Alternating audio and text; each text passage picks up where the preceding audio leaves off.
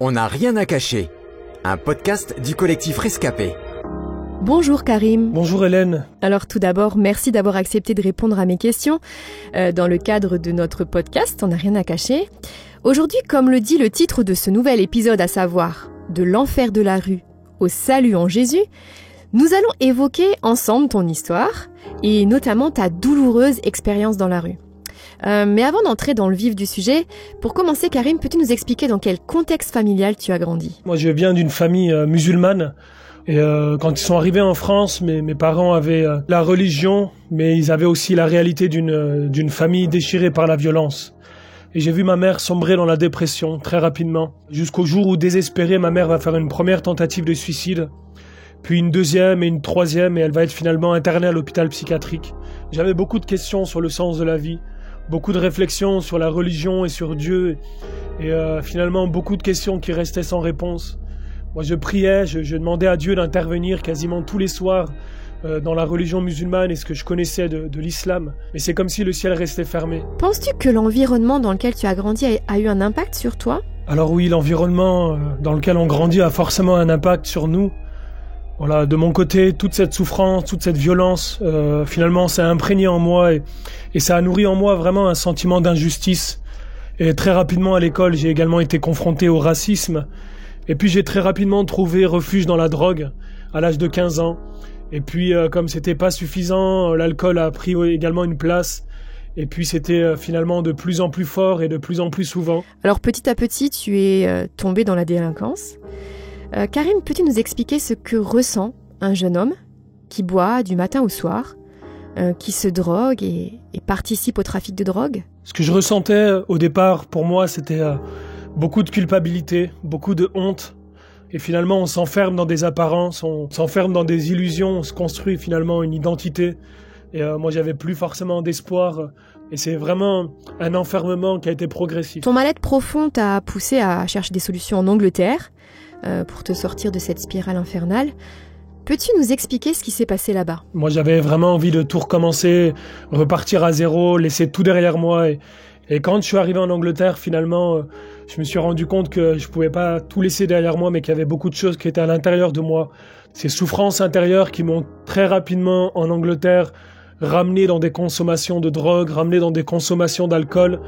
Et je me suis retrouvé finalement à la rue.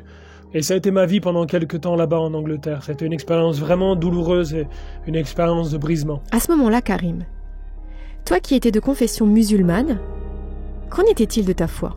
Alors pour moi, je gardais quand même un respect pour la religion, mais je me sentais vraiment loin de la religion finalement. Je me suis dit, soit Dieu n'existe pas, soit il s'intéresse pas à moi. Et j'avais un respect quand même pour la religion, pour les choses de Dieu, mais je me sentais loin de Dieu et je me sentais vraiment indigne. Mais alors, Karim, dis-nous, que s'est-il passé ? Je sais que le Karim qui répond à mes questions sans rien cacher aujourd'hui est libre de toute forme de violence, libre de l'alcool, libre de toute drogue. Peux-tu nous expliquer comment tu t'en es sorti ?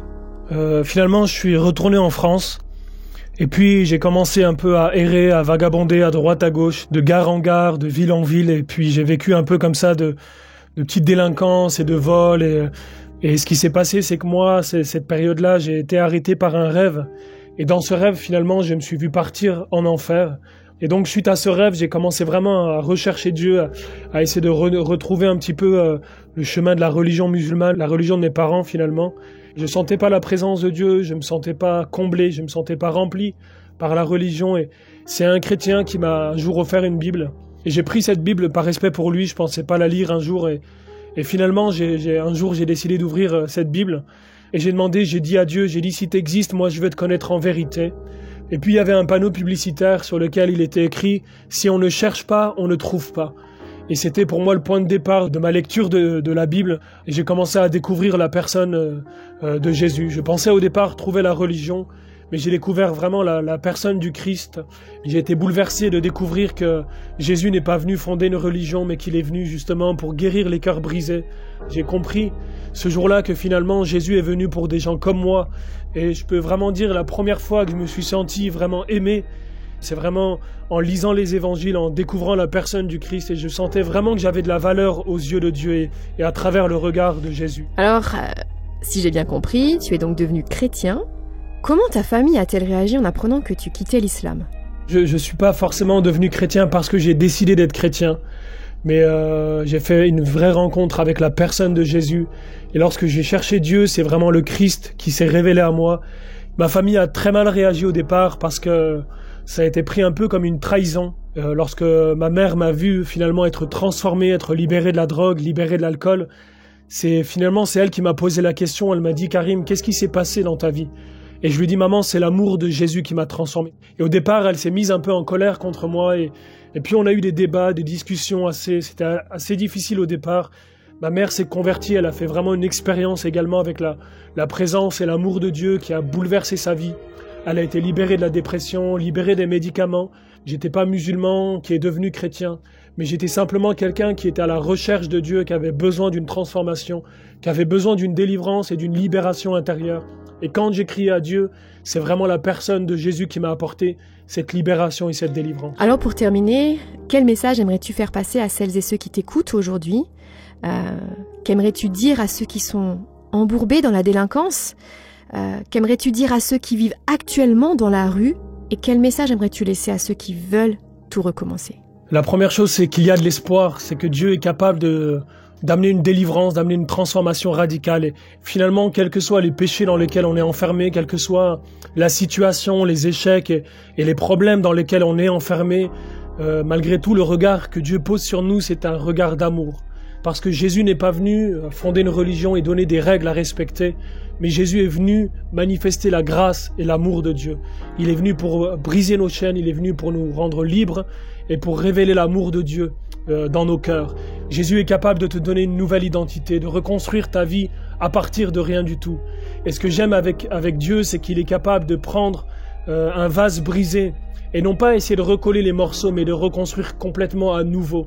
Et c'est ce qu'il a fait pour moi. Et aujourd'hui, c'est possible de tout recommencer. Aujourd'hui, c'est possible de faire une expérience avec Dieu.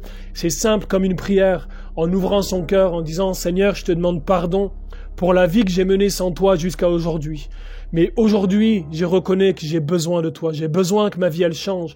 J'ai besoin que tu viennes transformer ma vie. » Et je crois que s'il y a cette prière sincère qui monte du fond de nos cœurs, je crois que Dieu est capable de répondre et d'amener vraiment par sa présence et par sa puissance quelque chose de nouveau dans la vie de ceux qui nous écoutent. Un immense merci pour ce magnifique témoignage d'espoir, Karim.